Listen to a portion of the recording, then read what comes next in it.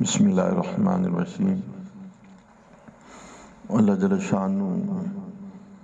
ایک بستی کا حال بیان کرتے ہیں کہ جس کے اندر اس کی دو خوبیاں کہ اس کے اندر اطمینان، لوگوں کے قلوب مطمئن تھے اور اس بستی کو امن بھی تھا، یعنی انٹرنلی بھی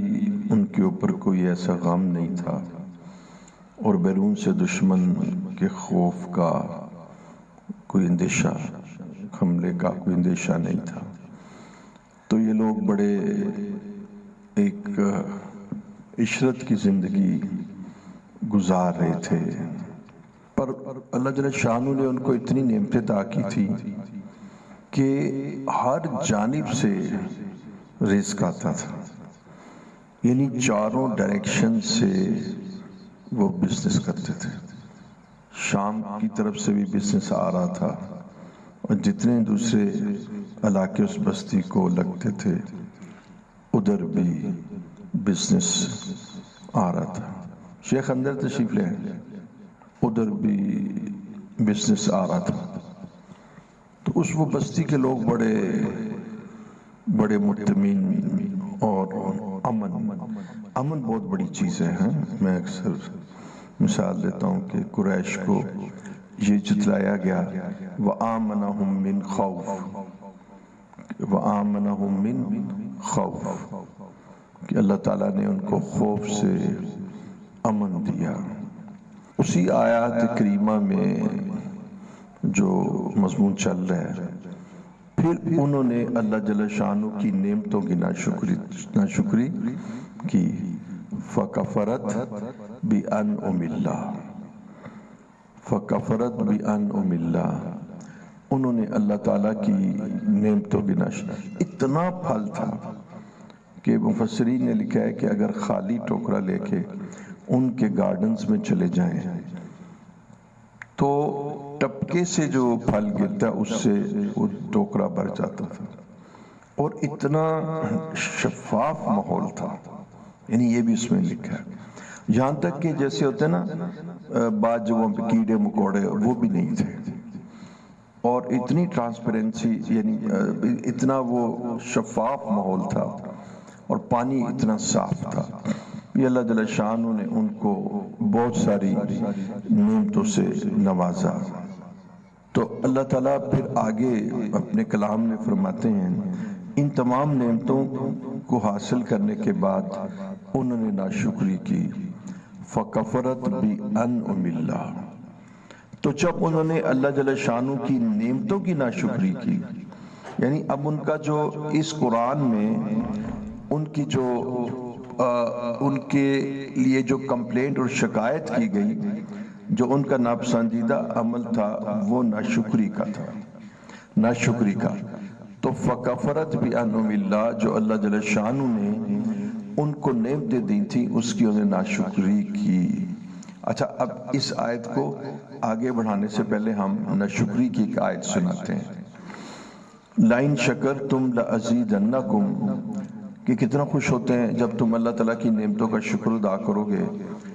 تو ہم تمہیں وہ نعمتیں، ان نعمتوں میں اضافہ کر دیں گے۔ وَلَئِن كَفَرْتُمْ إِنَّ عَذَابِي لَشَدِيدٌ،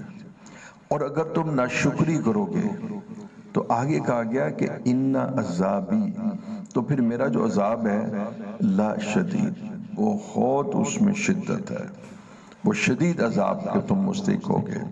ناشکری کی وجہ سے۔ تو ایک یہ تو قرآن کی آیت ہے جس سے پتہ لگا، یہ پرنسپل بن گیا، اصول بن گیا کہ نعمتوں کے شکر پر نعمتوں میں اضافہ کر دیا جائے گا اور ناشکری پر نعمتیں سلب بھی کر لی جائیں گی، اور عذاب شدید، ان عذابی شدید عذاب آئے گا۔ تو اس آیت میں جو میں پہلے پڑھ رہا تھا اس میں ہے فَكَفَرَتْ بِأَنْعُمِ اللَّهِ، اللہ جل شانہ کی نعمتوں کی انہوں نے ناشکری کی، تو پھر اللہ تعالیٰ نے ان کے اوپر کیا کیا، ان کو سزا دی۔ کیونکہ ادھر فرمایا نا ان عذابی لشدید، وہ شدید عذاب اس قوم کے لیے کیا تھا۔ فرمایا کہ پھر ہم نے ان کو پہنا دیا لباس الجوع والخوف، ہم نے ان کو خوف اور جو کہتے ہیں بھوک کا لباس پہنا دیا۔ ذرا کنٹراسٹ دیکھیے کہ جہاں کھانے کی اس قدر فراوانی تھی وہاں پر لباس الجوع، دیکھیں جو کے لیے تو لباس کا لفظ نہیں آتا کہ بھی بھوک کا لباس، یعنی لباس اس کو کہتے ہیں جو سب سے نیرسٹ اور قریب ترین ہو، ٹھیک ہے، میاں بیوی ایک دوسرے کے لباس ہیں۔ اچھا، اب یہ لباس اس لیے کہا گیا کہ کانسٹنٹ، مستقل، دیکھو آپ نے مستقل لباس پہنا ہوا ہے نا، وہ مستقل جو کا لباس پہنے ہوئے تھے، یعنی بھوک ان کی قسمت میں، ان کے مقدر میں لکھ دی گئی، اور وہ اب بھوک کے اندر مبتلا تھے۔ اور دوسری چیز جو تھی بھوک کے ساتھ ساتھ وہ خوف تھی، اور خوف کے اندر مبتلا تھے، اس وجہ سے کہ ان کے کام جو تھے نا وہ ایسے ہی تھے کہ وہ اللہ کی ناشکری کرتے تھے۔ تو یہ میں نے آپ کو قرآن کی آیت آپ کے سامنے رکھی۔ دوسری بات میں عرض کرتا ہوں کہ ایک بہت بڑا المیہ ہے، بہت بڑا المیہ، اور میں نے اس کی جرت اب کی ہے، یعنی اس مضمون میں، یعنی اس بیان میں۔ اس سے پہلے میں نے اس کو بیان نہیں کیا، چند چیزوں کی وجہ سے، کہ ہو سکتا ہے کہ میری لا علمی ہو اور ایسا نہ ہو جیسا میں نے سمجھ رہا ہوں، اور دوسرا ادب کی وجہ سے، وہ یہ کہ میں یہ علماء کرام کی خدمت میں عرض کر رہا ہوں۔ جب گاڑی خراب ہوگی تو جب حضرت ادھر بیٹھ جائیں سامنے، میں سلمان میں آپ کو دیکھوں، کیونکہ آپ ہی کا تذکرہ ہوا تھا اور آپ ہی کی شکایات ہیں، تو جب گاڑی، میں نے کہا کہ یہ تذکرہ ہے علماء کرام کا، تو میں نے اس کو ابھی تک نہیں کیا دو وجہ سے۔ ایک تو اس وجہ سے کہ شاید میری اسسمنٹ غلط ہو، اور دوسری اس وجہ سے کہ بے ادبی نہ ہو، لیکن میں مجبور ہو کے یہ بات کہہ رہا ہوں۔ مجھے یہ نہیں سمجھ آ رہی کہ علماء کرام کی خاموشی کس وجہ سے ہے، باوجود کہ وہ خود خدمت پر مامور ہیں اور خاموش ہیں۔ اچھا، اب میں یقین جانیے گا کہ جیسے کہتے ہیں مجبور ہو گیا کہ میں اس کو بیان کروں۔ اچھا، ابھی میں ایک گاڑی کا ذکر کر رہا تھا، کوئی کہہ رہا تھا کہ جب آپ کی گاڑی خراب ہوگی، گاڑیاں دیکھیں، سواری ایک بنیادی ضرورت ہے، بنیادی ضرورت میں سواری آتی ہے، گھر آتا ہے، مکان آتا ہے، رزق آتا ہے، کپڑے آتے ہیں، گاڑی آتی ہے، تو اس گاڑی کو چلنے کے بعد خراب ہوگی، ٹھیک بھی تو کرنا ہے نا۔ اب مجھے بتاؤ، گاڑی ٹھیک کرنے کے لیے آپ کسی سرجن کے پاس لے کے جاؤ گے، کسی ہارٹ اسپیشلسٹ کے پاس لے جاؤ گے؟ یار گاڑی ٹھیک کرنے کے لیے جو گاڑی کا مکینک ہے، چاہے وہ انجینئر اس کو کہہ دیں، جو کار مکینک ہے، آٹوموبیلز کا، جو اس کے پاس آپ لے کے جاؤ گے، یہ اس کا فریض ہے نا جی۔ آپ یہ تو نہیں کرو گے کہ گاڑی ٹھیک کرنے کے لیے آپ کو کہ مدرسے کا شیخ الحدیث ہے، اس سے گاڑی ٹھیک کرا لو، نہ آپ یہ کہو گے کہ یہ یار بہت بڑا یہ پلازے کا اونر ہے، میری جی مرسڈیز خراب ہوگی، آپ اس تو ہر کام کے کچھ ماہرین وہاں موجود ہیں، ہر بندے کی اپنی ذمہ داری ہے۔ جیسے میں عمومی طور پہ بات کر رہا ہوں، اسی زمن میں روڈ ایکسیڈنٹ ہوگا تو آرتھوپیڈک سرجن ہے، اس کا ہڈی کا ماہر، اس کو آرتھوپیڈک سرجن اس کے پاس لے کے جائیں گے نا، یا عام آدمی جراح کے پاس لے جائیں گے۔ اس کے بارے میں کہتا ہوں بھی اب اپنی ٹانگیں جو ہے نا، اپنی ٹانگیں گوڈے جراحوں کے پاس نہیں لے کے جانے چاہیے، الا یہ کہ بہت ہی کوئی آزمودہ، کوئی 50 سال 40، لیکن عموماً اسی۔ اچھا، حتیٰ کہ آپ دیکھیں نہ ہم اس کو انجینئر کے پاس لے کے جائیں گے، نہ آئی ٹی کے اسپیشلسٹ کے پاس لے جائیں گے، نہ آرکیٹیکٹ، نہ چارٹرڈ اکاؤنٹنٹ، اسی کے پاس لے کے، سادہ سی باتیں کر رہا ہوں۔ تو آپ اگر گاڑی، اگر ہڈی ٹوٹ جائے تو آپ یقین جانیے اس کو ڈاکٹر کے پاس لے جائیں، اور وہ ڈاکٹر کارڈیالوجسٹ ہو تو کہے گا بے وقوف میں تو کارڈیالوجسٹ ہوں، تو آپ سے کہنا جی کارڈیالوجسٹ تو ایم بی بی ایس نہیں کیا، MBBS پہ تو آپ نے کی ہے نا، تو پھر آپ ٹھیک کریں. تو دیکھیں ہر فن کا ایک ماہر ہے. دیکھیں لوگوں کو حق بات بتلانا، لوگوں کو اللہ جل شان پریزنٹ سٹیٹس جو موجودہ صورتحال میں لوگوں کو اس کی علت بتانا، why it has happened، یہ کیسے ہوا، اس کی کیا وجہ ہے، یہ لوگوں کو بتانا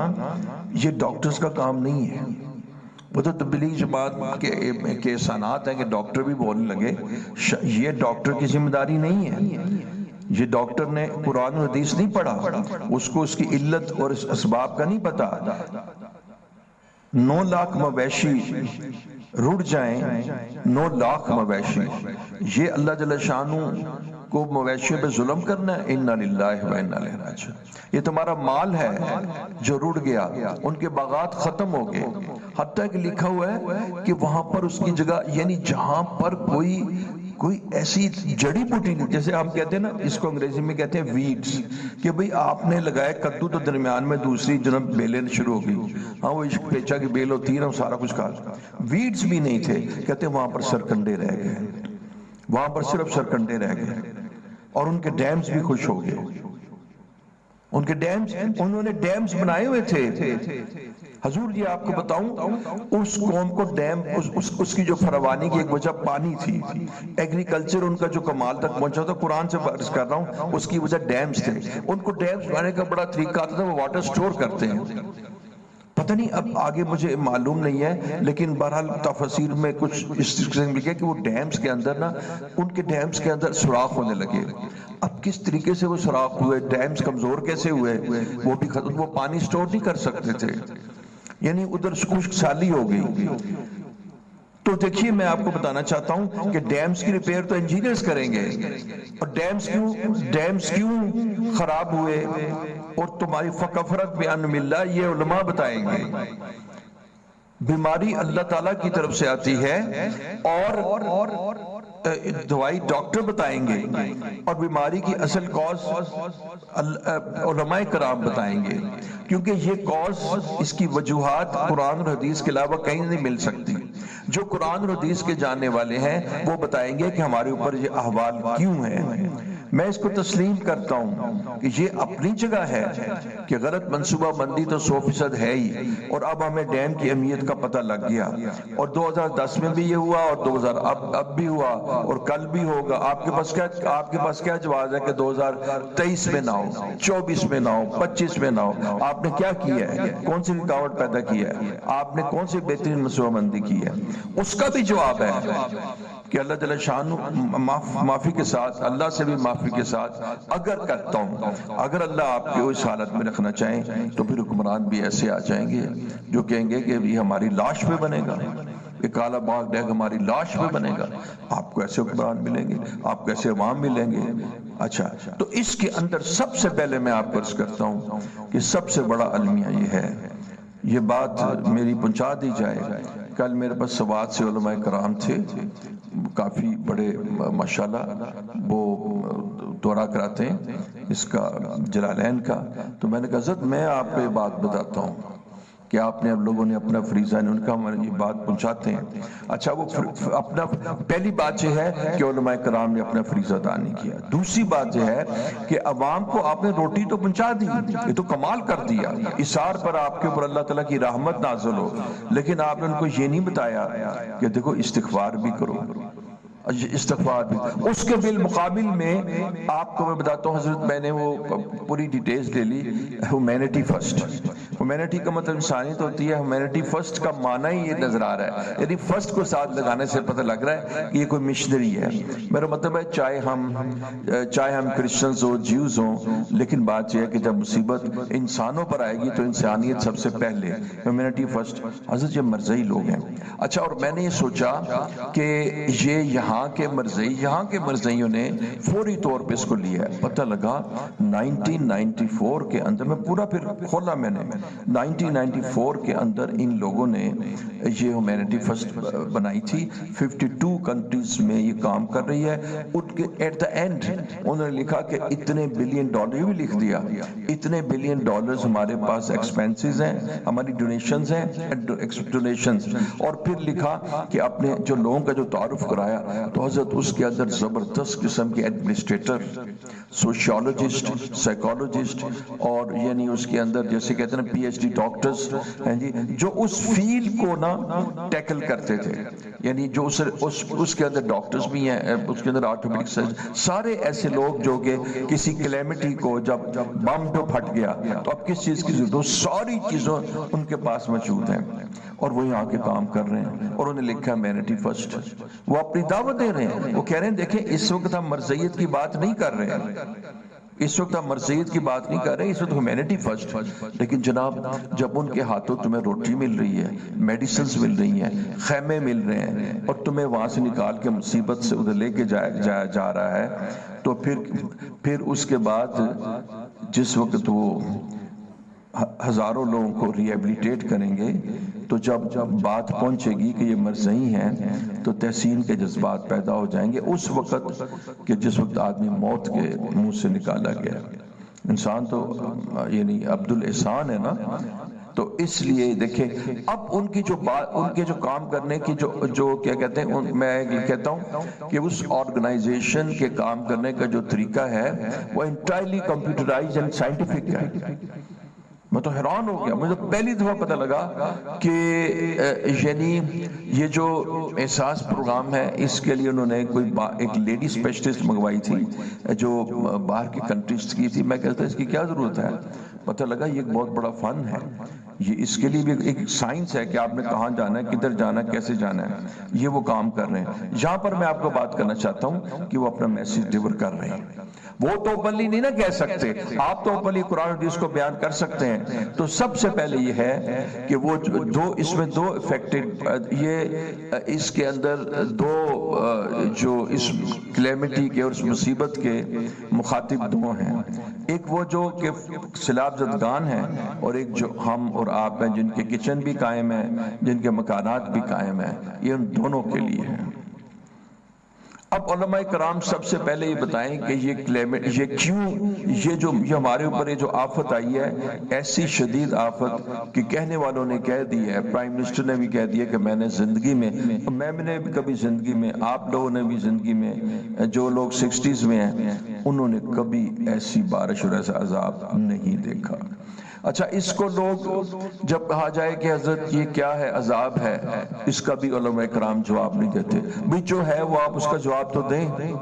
اچھا دوسرا نہ وہ یہ کہہ رہے ہیں کہ آپ اللہ کی طرف رجوع کریں۔ میں آج بھی جمعہ پڑھ کے آیا ہوں، وہ 6 سپٹمبر کے اوپر ساری گفتگو ہوئی ہے۔ 6 سپٹمبر اپنی جگہ بجا، لیکن آپ کا تو شہر تباہ ہو گئے، اور لکھا گیا کہ صفحہ ہستی سے مٹا دیے گئے۔ خود جنرل چیف جنرل نے یعنی یہ بڑی اچھی سٹیٹمنٹس دی ہیں اس کے بارے میں کہ ہم آخری بندے کی ہیلپ کرتے، وہ بڑی قابل قدر ہے، لیکن ساتھ ان کا میں نے لکھا کہ بستیاں صفحہ ہستی سے مٹا دی گئی۔ اور بھی لوگ کہہ رہے ہیں، ابھی ہمارے ساتھ ایک شانگلہ سے عالم آیا، شانگلہ سے عالم آیا، اب سنیے یہ پرسوں کی بات ہے، اور انہوں نے وہ بڑی کمال کے عالم ہیں اور بے حد صاحب صفات ہے۔ کہیں گے حضرت ہم جہاں رہتے تھے ایک پہاڑ اوپر، پہاڑوں پر، اس کے اوپر ایک پہاڑ، وہاں پر خشک سالی آئی اور ان کے جانور وغیرہ جو تھے نا وہ بھی کمزور ہو گئے، پانی کا مسئلہ ہو گیا، کھانے کا کچھ اس قسم کا کوئی انحطاط ہوا خوراک کا، اور بارش نہ ہوئی، تو 6 ماہ بارش نہیں ہوئی۔ تو کہہ لیا کہ یہ بات ڈاکومنٹڈ ہے کہ وہ کہتے تھے اللہ کے پاس پانی مک گیا ہے۔ کہہ لیا ہم نے تبلیغی جماعت کو کہا کہ وہاں ٹریول کرو، تبلیغی جماعت وہاں گئی، تبلیغی جماعت وہاں پہنچی، اور تبلیغی جماعت نے آ کے بتایا کہ وہ لوگ تو اس وقت یعنی اللہ جل شانہ پہ کلام کر رہے ہیں، خشک سالی تو ہے لیکن وہ یہ کہہ رہے ہیں کہ اللہ تعالیٰ پانی مک گیا، سیدھا اللہ تعالیٰ پانی۔ تو ہم نے اسے کہا کہ بھئی الفاظ نہ کو، وہ کہتے ہیں حضرت یقین جانیے گا کہ ہمارے جو ہاؤسز مکانات اس سے نیچے تھے، ہمیں نہیں سمجھ کہ وہ ہم سے اوپر تھے، اور جب ہم نے صبح اٹھے ہم تو سارے کے سارے مکانات جو 50 کے قریب تھے اس جگہ پر، وہ 50 کے 50 مکانات، یہ ان کے الفاظ ہیں کہ ان کی باقیات، ریمننٹس، باقیات بھی نہیں بچی،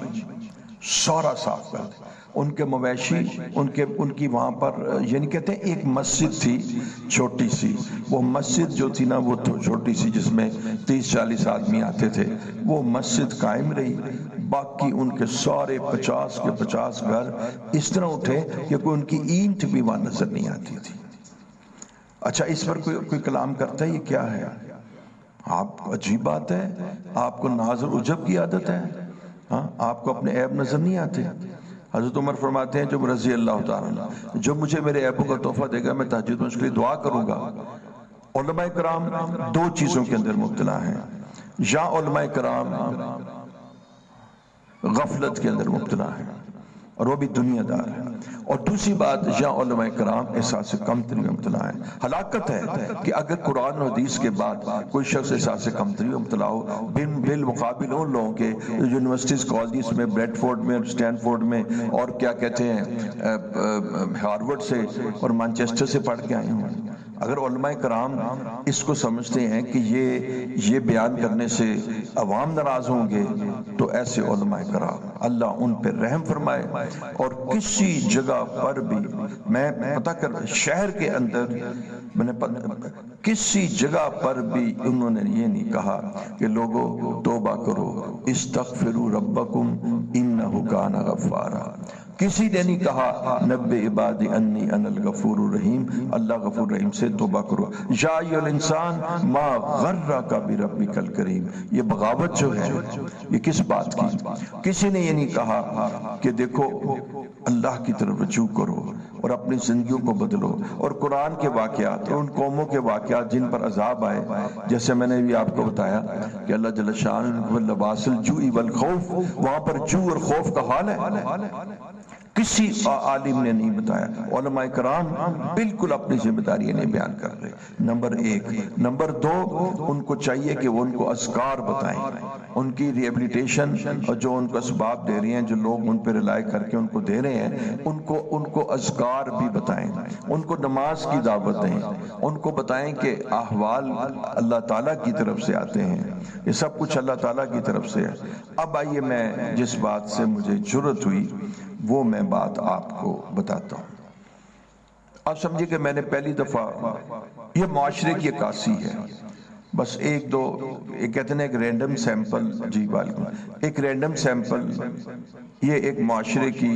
اوپر بیٹھ جائیے، ہاں جی ہاں جی، یہ ایک رینڈم سیمپل کہتے ہیں، جب ریسرچ کرنا ہوتی ہے نا تو اس کے اندر کچھ رینڈم سیمپل بھی لیتے ہیں۔ یہ ایک رینڈم سیمپل ہے۔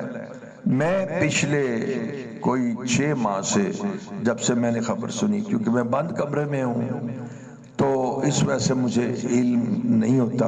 اور جب کوئی بتاتا ہے تو میری حیرانگی بڑھ جاتی ہے۔ انیشلی تو میں اس بات کو تسلیم ہی نہیں کرتا، اور بعد میں وقت کے ساتھ ساتھ، جیسے میں نے آپ کو بتایا کہ مجھے ایک اینکر نے بتلایا، ایک اینکر نے، کہ 50% بچیاں ہاسٹلز کی رات کو گھروں میں نہیں ہوتی، بڑی پریشانی ہوئی، بات ختم ہوگی۔ پھر مجھے 2-4 اور جگہوں سے پتہ لگا، پھر میں نے کہا اچھا، میں نے پھر بھی اس سے جان رکھا کہ اس بات میں غلو۔ پھر یقین جانیے میرے پاس ایک آرکیٹیکٹ عبدالعزیز آتے ہیں 30 سال سے میرے سے، انہوں نے کہا میری خالہ، میں آپ کو نام بھی لے لیتا ہوں، لاہور کالج فار ویمن کے اندر پڑھاتی ہیں، اور وہ ابھی ان کو، وہ ایک تو 2 خالائیں، ایک تو ہاسٹل میں وارڈن ہے، انہوں نے کہا کہ میری خالہ نے جب کنٹرول کرنا چاہا رات کو تو کہنے لگے ابھی ان کی 10 سال کی ان کی وہ تھی جاب تھی، بری طرح سے نکال کے باہر پھینکا، اور ان کے ہاسٹلز کے اندر ان لوگوں کے اڈے قائم ہیں، ان کے اڈے ان کے ہاسٹلز میں قائم ہے، اور انہوں نے کہا کہ وہاں کوئی آدمی نیک کام کرنے کا ارادہ کرے تو غنڈہ گردی کرتے ہیں۔ اور یہ بھی سنایا کہ میں آرکیٹیکٹ ہوں، تو میں ایک لیب کسی بنا رہا تھا کسی ہاسپٹل کی، تو بالکل وہ کنیٹ کالج کے سامنے کا علاقہ تھا، وہاں ایک اور لڑکی کی بازو کٹی ہوئی سڑک پہ پڑی ہوئی تھی۔ جب تحقیق کیا تو اس کو اس وجہ سے مارا گیا کہ اس نے نیکی کا آغاز کیا تھا۔ جب میں نے وہاں کہا میں بیان کروں گا، انہوں نے نہیں کہا کہ تو آپ نہیں کر سکتے۔ اچھا، پھر اس کے بعد ہم ایک فاطمہ اکیڈمی کے لیے ایک مکان خرید رہے تھے، تو وہ ایک آدمی امریکہ میں تھا، اس کا بھائی میجر یہاں پر تھا، تو میں نے ایسی کلام کیا کہ اس کو پتہ لگے ہمارے مقاصد کے ہیں، ہم کوئی پیسے تو نہیں کما رہے۔ تو میں نے کہا یہ ہے کہ میں نے یہ بات سنی تھی، تو اس نے کہا حضرت آپ نے نہیں ٹھیک سنی، اس وقت وہ ریشو 70% ہے، یہ بات ختم ہوگی۔ آج میں نے علماء کرام کو خطاب کیوں کیا، وہ کل مجھے سجاد سکیرہ نے پھر ایک ویڈیو جو وائرل ہوئی ہے وہ مجھے انہوں نے دکھا دی، جس طرح سے کلام کے اندر وہ ہوٹل گرا ہے، وہ ایسے لگتا تھا جیسے کوئی اسرائیلی پائلٹس نے کوئی بمباری کی ہے۔ لیبنان نہیں، فلسطین میں آپ نے تو عمارتوں کو گرتے دیکھا ہوگا جو اس طرح نیچے گر گئی تھی، کیونکہ ان کے جو گارڈر نہیں، ان کے جو میٹل کے جو ہوتے ہیں وہ میلٹ کر دیتے ہیں، تو اس طرح مکان گر جاتا ہے۔ ہڈیاں جب توڑ دی جائیں اور جس کے اوپر پٹھے ہیں تو آدمی یوں نیچے گر جاتا ہے۔ قدر اللہ وما شاء فعل، انا للہ و انا الیہ راجعون، اللہم اجرنی فی مصیبتی واخلف لی خیرا منہا۔ میں عرض کرنا چاہ رہا تھا کہ اس شخص نے پھر انٹرویو دیا، وہ آپ تک پہنچا ہوگا، اس نے کہا کہ میں آپ کو اس ہوٹل کی داستان سناتا ہوں، اس ہوٹل میں گروپس آتے تھے لڑکے اور لڑکیوں کے، کلام کے ہوٹل میں۔ میں چاہتا تھا اس ہوٹل کا نام بھی بتا دے۔ جب میں نے یہ بات کہی تو سجاد کہنے لگے جی نام بتانے کی ضرورت نہیں، سارے ہوٹلوں میں یہی ہوتا ہے۔ اب انہوں نے کہا کہ وہاں سے کالج اور یونیورسٹی، اس نے یہ پرٹیکولرلی یہ نام لیا۔ وہ یہ بھی کہہ سکتا تھا کہ بھی علاقے کے لوگ ہیں یا کوئی تاجر آتے ہیں یا فلاں آتے ہیں، اس نے کہا کالج اور یونیورسٹی کے جوان لڑکے کالج یونیورسٹیز کے لڑکے جوان ہی ہوتے ہیں، وہ وہاں پر گروپس کی شکل میں آتے تھے، کوئی 30 کا گروپ، کوئی 35 کا گروپ، وہاں صبح چل پھر کے رات کمروں میں چلے جاتے تھے۔ وہاں دو چیزیں ہوتی تھی، زنا اور شراب، اور صبح بعض لڑکیاں شراب کے نشے میں دھت ہوتی تھیں، تو ہم بعض اوقات ان کے پیرنٹس کو بھی کچھ بتاتے تھے یا نہیں بتاتے تھے۔ انہوں نے کہا کہ ہمارے یہ ہوٹل جو گرا دیے گئے، اس میں زنا اور شراب عام تھی۔ یہ فریضہ علماء کرام کا ہے، شراب ام الخبائث ہے، ہر گناہ کی جڑ ہے۔ یہ نوجوان لڑکے جو وہاں سے چل کر لاہور سے یا پنجاب سے کلام جاتے ہیں تو کوسٹرز لے کے جس پر بھی جاتے ہیں، اور وہاں پر جا کے یہ زنا اور شراب میں مبتلا ہوتے ہیں، اس کو بیان کرنے میں کیا حرج ہے؟ اور اس کا علاج، آپ کی بہترین منصوبہ بندی وہ تو حکمرانوں کے ذمے ہے، حکمرانوں کے ذمے میں خدا تک پہنچانا اور رسائی نہیں ہے۔ علماء کرام نے قرآن حدیث پڑھا ہے، وہ اس پہ بیان کریں، لیکن اگر وہ احساس کمتری میں مبتلا ہے تو توبہ توبہ توبہ، ایسے علماء سے توبہ توبہ توبہ توبہ۔ ایسے علماء کو تو بس جتنا بھی برا بلا کہا جائے کہہ دیا جائے، جو اپنا فریضہ ادا نہیں کر سکتے اس وقت بھی کہ جب 2/3 حصہ پانی کے اندر ڈوبا ہوا ہے، اور ایسی ایسی بستیاں جہاں تک آپ کی رسائی نہیں ہو سکتی۔ آپ یہ بتاتے نہیں ہیں کہ بارش جو ہے نا اللہ کے امر سے ہے، بارش اللہ کے امر سے ہوئی ہے۔ آپ یہ بتائیے کہ یہ اس میں کسی کفر کا اس میں پارٹیسپیشن نہیں ہے، یہ ہمارے اعمال کی وجہ سے، یہ احوال کو اپنے اعمال سے جوڑنا، اپنے گناہوں سے جوڑنا، کبیرہ گناہوں سے جوڑنا، یہ بتلانا اور توبہ کروانا اور رجوع اللہ سکھانا اور آئندہ زندگی میں شریعت کے مطابق زندگی گزارنے کی اہمیت کو بیان کرنا، یہ علماء کرام کا کام تھا۔ وہ اپنے کام کو نہیں کر رہے، اور وہ عند اللہ، اللہ کی بارگاہ میں بھی مجرم ہے، اور ان کی یہ خاموشی بھی مجرمانہ خاموشی ہے۔ اللہ اللہ اللہ اللہ اللہ اللہ اللہ اللہ اللہ اللہ اللہ اللہ اللہ اللہ اللہ اللہ اللہ اللہ اللہ اللہ اللہ اللہ اللہ اللہ اللہ اللہ اللہ اللہ اللہ اللہ اللہ مجھے تم معاف کرو یا کریم استغفر اللہ استغفر اللہ تکڑی گھت کے تول نہ ماہی اساں ڈاڈے اے بابرے گھر آیاں دی لاج تہانوں پاویں کھوٹے پاویں کھرے چاروں لڑ میرے چکڑاں لچھڑے تے کیڑا مل مل دھواں صابن تھوڑا تے میل گنیری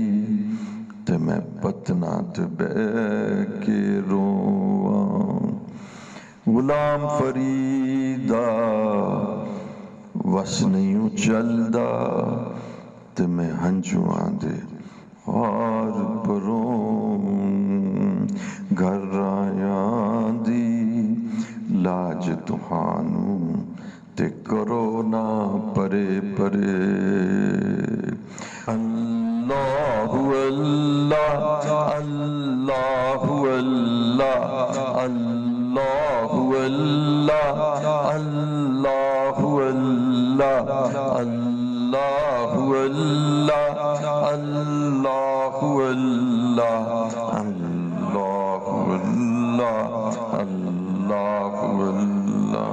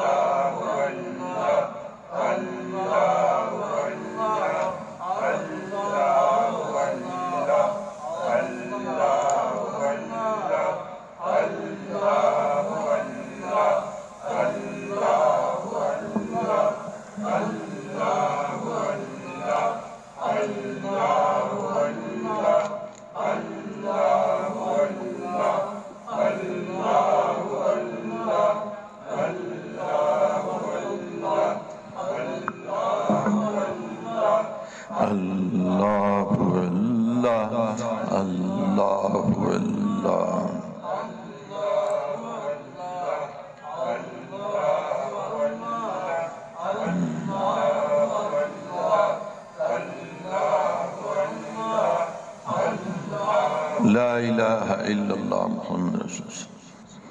اللہ اللہم حبب الینا الایمان وزینہ فی قلوبنا وکرر الینا الکفر والفسوق والعصیان واجعلنا من الراشدین اللہم مصرف القلوب صرف قلوبنا